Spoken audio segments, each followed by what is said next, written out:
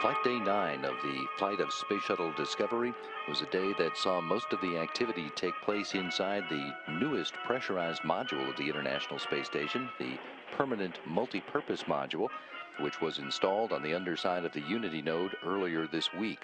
The module, that's approximately the size of the European Columbus Laboratory, came with more than 3 tons of materials packed inside that has to be unpacked. And part of the reason that extra days were added to Discovery's docked time at the International Space Station was to provide the 6 shuttle crew members 2 more days so that material could be unpacked and distributed around the space station to the locations where it's destined to go, and so that the shuttle crew members could assist their station colleagues in outfitting the PMM, in getting the racks reconfigured into the configuration that they need to be in for long-term life on orbit. Ooh, B. Alvin Drew, coming out of the newest and, as we know right now, final U.S. module to be attached to the International Space Station. What's going on down in there today, Al? We're installing brackets. Brackets? Brackets. Brackets for racks. All right, because there's a lot of racks down in there, aren't there? A lot of rack space down there. And so this is a nice big new closet, kind of storage area. Yep. All right, and we're going to move things from the station in here and take some stuff back. And I'll just take you in and show you. Nice music playing. This is a nice big space. And back in the corner, there he is, Steve Bowen, working hard on a bracket. He's going to have to say a few words to us. Do it. It's just like a Saturday afternoon in the garage. All right. Thank you, Steve. Except I have the right tools at home.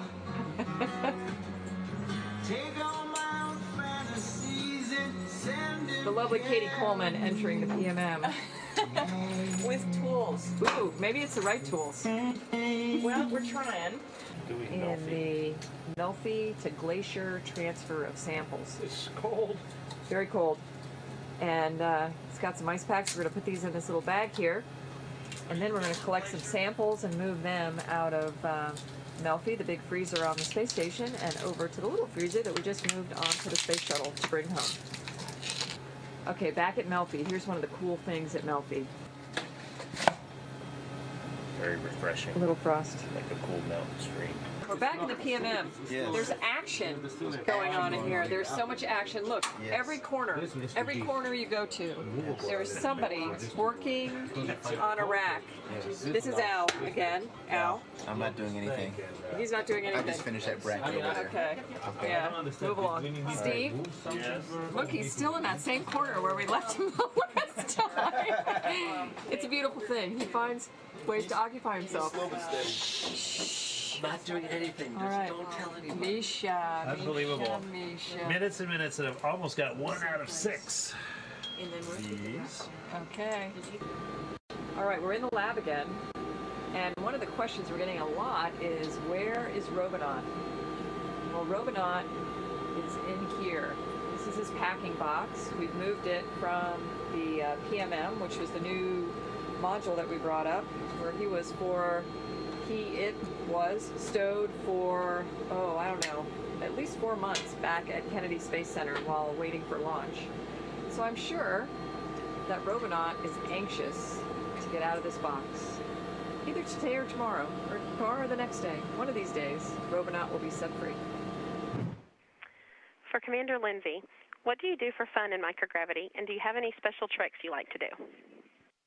Yeah, we call those stupid astronaut tricks, and I have several that I'm not very good at, but and I have the bruises to show for it. But Flight Day 9 also saw several of the crew members take time for an educational event with students at NASA's Marshall Space Flight Center in Huntsville, Alabama.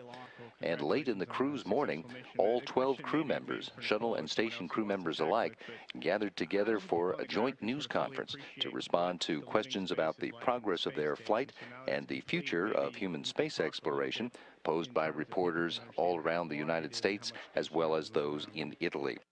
And just to start off, and Mike Barrett points this out, is that this space station here now is the largest pressurized volume in space in history. It's huge. I mean, I use a word my son uses all the time, which is ginormous.